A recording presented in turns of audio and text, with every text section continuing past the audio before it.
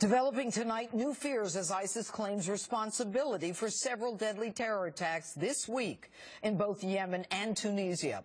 Has the Islamic State shifted its focus? Are we their next target? With me now, former Navy SEAL and author of Resilience, Eric Greitens, and former U.S. Navy commander, founder of the American Islamic Forum for Democracy, Dr. Zuhdi Jasser. Good evening, gentlemen. ISIS definitely on the march. A month ago, the beheading of 21 Coptic Christians in Libya. Now Tunisia and Yemen. They seem to be growing exponentially. I'm going to start with you, Eric. How is it that this is growing so vastly across the globe? Are we next? Well, what you're seeing, Judge, is you're seeing the spread of both this ideology and you're also seeing the spread of these tactics. So these tactics of suicide car bombings and truck bombings and beheadings, you're seeing this not only in Iraq and Syria, you're also seeing this in Yemen, you're seeing it in Tunisia, you're seeing it in Nigeria with Boko Haram.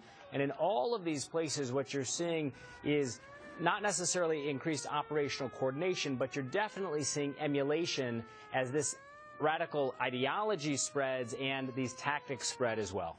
And, you know, Zuhdi, now Boko Haram is claiming, you know, their allegiance to ISIS or their agreement with ISIS. Boko Haram covering a certain part of the globe that, you know, a little more east and south, I guess. And, you know, we see Copenhagen, Canada, Australia. Are we next? We certainly are, and not today there was out reports that they're threatening a list of our military, and as the FBI has reported, they're in 50 of our states. And I think what's most depictive this week is there's the two attacks. Tunisia was more of the front of the ideological battle because it's the only so far successful democracy after the Arab awakening. You had secularists defeat the radical Islamists, the anti-Islamist movement defeated the Islamist party and Nahda, and then Yemen is sort of the military front for ISIS, just like in Syria where they cut their teeth. They're fighting now in Yemen against the Shiite jihadists. So ultimately both really represent the ideological battle in Tunisia, where there's an existential threat, and then the military threat of the Shiite jihadists in Yemen. You know, in Tunisia, I mean, they say Tunisia is one of the most educated Arab countries. I mean, they actually go into a museum. So now we're seeing malls and airports and airplanes and coffee shops.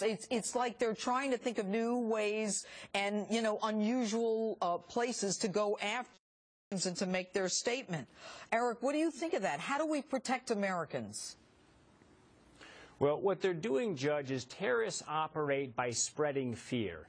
And so by attacking malls, by attacking museums, by attacking mosques, they're actually intentionally spreading fear.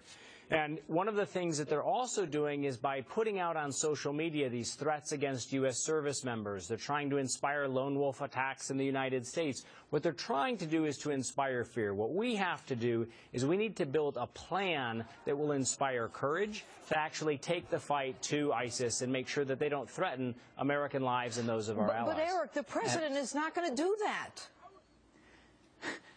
Zuhdi? Well, one of the things... Well, actually, and if I could fill in there, the bottom line is that we need a strategy. The president doesn't have a strategy, and they attack Tunisia because they want to destroy their economy. So they're filling in a vacuum. They see opportunity. And unless we start engaging both Muslims and the world in a battle of ideas against Islamo-patriotism, that vacuum is going to be filled by radical Islam, both on the Sunni and the Shiite side. But we don't have a military strategy or a long-term one. History repeats itself. There's no question about the vacuum. But Eric, going back to you, we don't have a strategy. I'm almost tired of hearing it, and no reflection on you, Zuhdi, because I think that you're brilliant. But Eric, there's no strategy, and he's not putting boots on the ground. So what do we do? Just suck it up?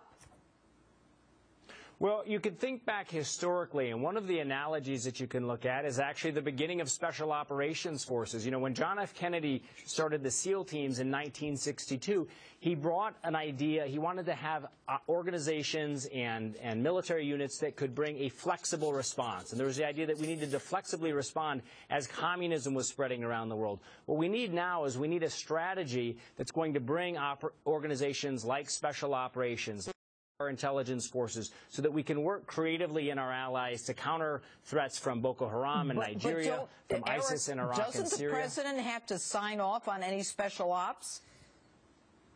Yeah, absolutely. This is ultimately the responsibility of the commander-in-chief to build a strategy like that. All right, Zudi, last question. Yemen, Americans are out of there. A few months ago, we were winning there. Now we're out. Military, everybody. Are we just giving it up and letting the Houthis, supported by Iran, I understand, take over? It sure seems that way. And the president's video that you started talking about earlier, who is he talking to? The Green Revolution that would have been the anti-jihadist Shiites that we'd want to talk to is not who he's talking to. He's talking to the Khomeinists of Iran. So we're basically militarily leaving and ideologically telling the anti-Islamist Shiites that we want nothing to do with them. The Houthis are part of the Iranian movement, the Khomeinist movement, and there's just a vacuum in Yemen. All right. Eric Wright and Zudi Jasser, thanks so much, gentlemen. Thank you.